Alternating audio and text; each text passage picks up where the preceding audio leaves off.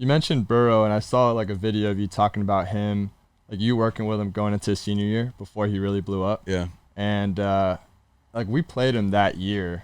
We actually put up at like, Vandy, at home. We actually put up like I think the most points. Oh, we went up. That they allowed. We went up and it started. You guys just went nuts in the fourth quarter, or what? No, we went up in the first, 60? and then we we went put up like from there. whatever. We still lost by a lot, but anyways, got and like 30 then points. yeah, so probably the best guy I've seen in person in live action. He was very calm.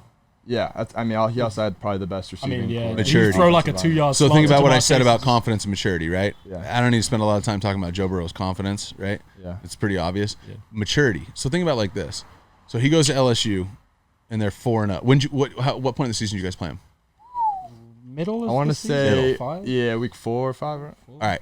So let's say it's week 5, okay? They're 4-0 at LSU. Maybe they haven't played anybody, Vandy, right?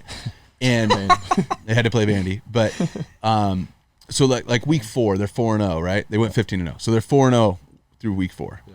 No one in that building's been 4-0. Coach Orgeron was not part of LSU. By the way, Coach Orgeron was the D-line coach at USC when my brother played here. I've known Coach O forever. That's lit. And so the strength staff is new. You guys are college football players. You understand that this is not about the quarterback. It's about everybody who's involved in it. Everyone's right? new. Everybody. Nobody had been 4-0.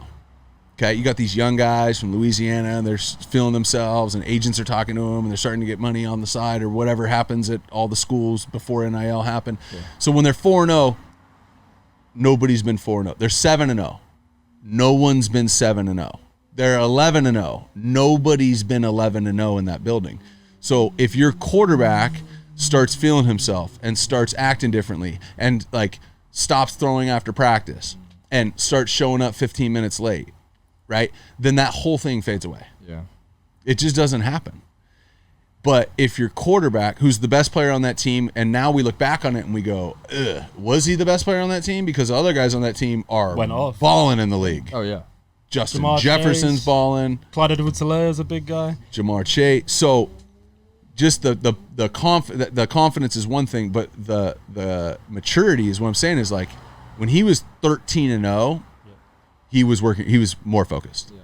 He's sharp. He was, you know what I mean? He had some big regular season games too as well. They had to play Alabama. That like the president turned up to watch it and stuff. That was a big game. It's just like that's what I'm talking about when I'm maturity is like, can you be 13-0 and then have your best game? You know what I'm saying? Yeah. And like you can build me your list of top elite 11 quarterbacks, and you ask me, can that guy handle that? I go, I don't know, no idea. Yeah. You got to be in that situation. And I know he'd been at Ohio State, but he'd never been in that situation before. No one in the building had, and yet his focus, his attention to detail, the demand that he had of the players around him, it got harder and narrower and more focused and more demanding. To where, they went 15-0 and they beat the brakes. He played his best ball at the end.